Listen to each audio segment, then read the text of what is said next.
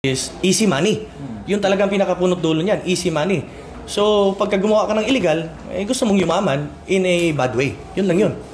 Sir, lakas loob na sinabi niya na may involvement si commander niyo. Bakit? Ay, hindi sir. Wala naman siyang sinabi. Wala. Okay. Actually, ang nagsabi sir is yung partner media ninyo na in-involve yung pangalan ng aming commander, which is wala naman po siyang proper basis.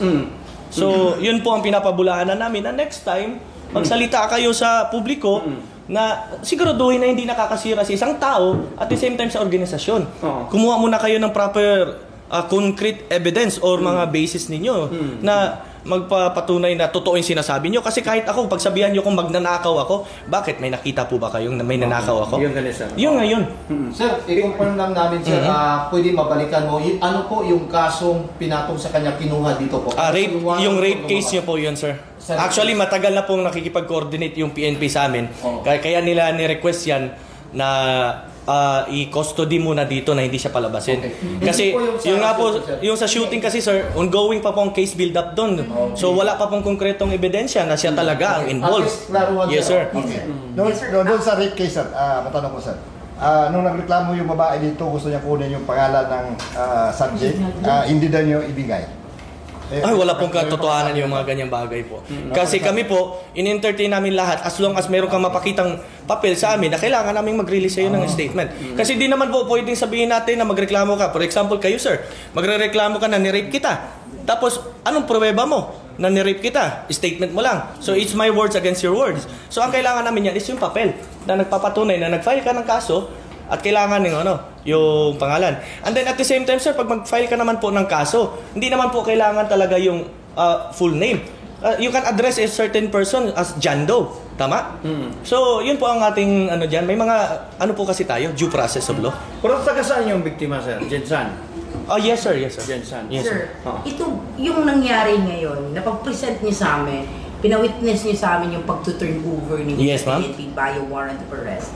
Ito ba yung fruit ng naging usapan ni Kapeng Pandiagwa at ni Colonel Ulayba the other? Actually, ma'am, is lagi na namin ginagawa to.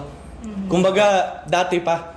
Kasi nga po, kung nabanggit ko sa inyo kanina, mayroon kami isang personal dito, bago pa pumutok to sa mga media, na may involvement din sa rape case. Which is, immediately, the moment nag-serve ng warrant, okay, go.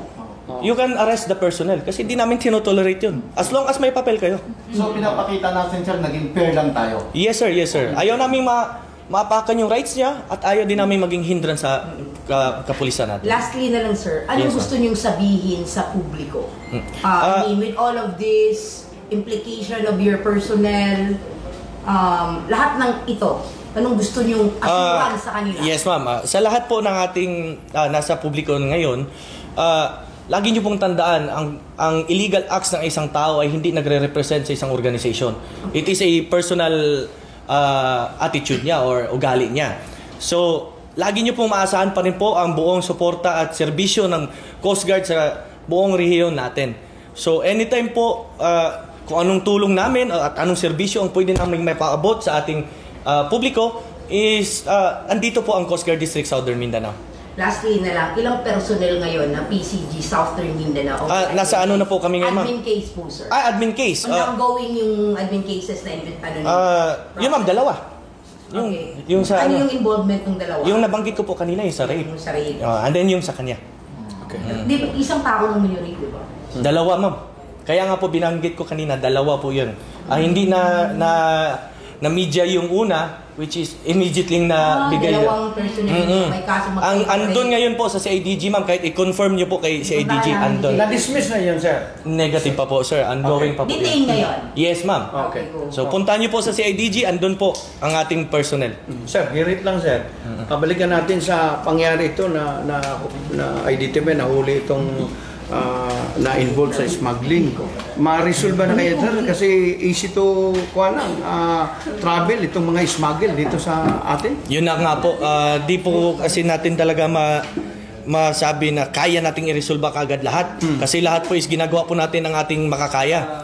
Pero kapag medyo kalaban mo na yung community, dahil yun na nga, may mga involved na community dyan, medyo mahirapan po talaga ang mga law enforcement agencies sa pagsugpo ng ating smuggling o any illegal activities ng ating region. Ay, Dadeb, doon na kayo pumunta na?